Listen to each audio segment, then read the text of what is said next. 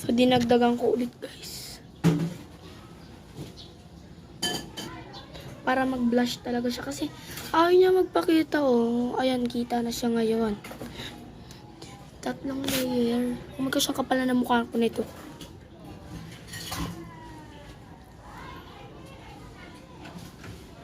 Ganda kaya nito, no?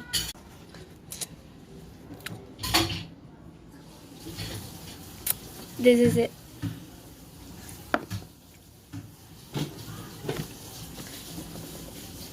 Kukontour na tayo. Pink din i-kukontour natin.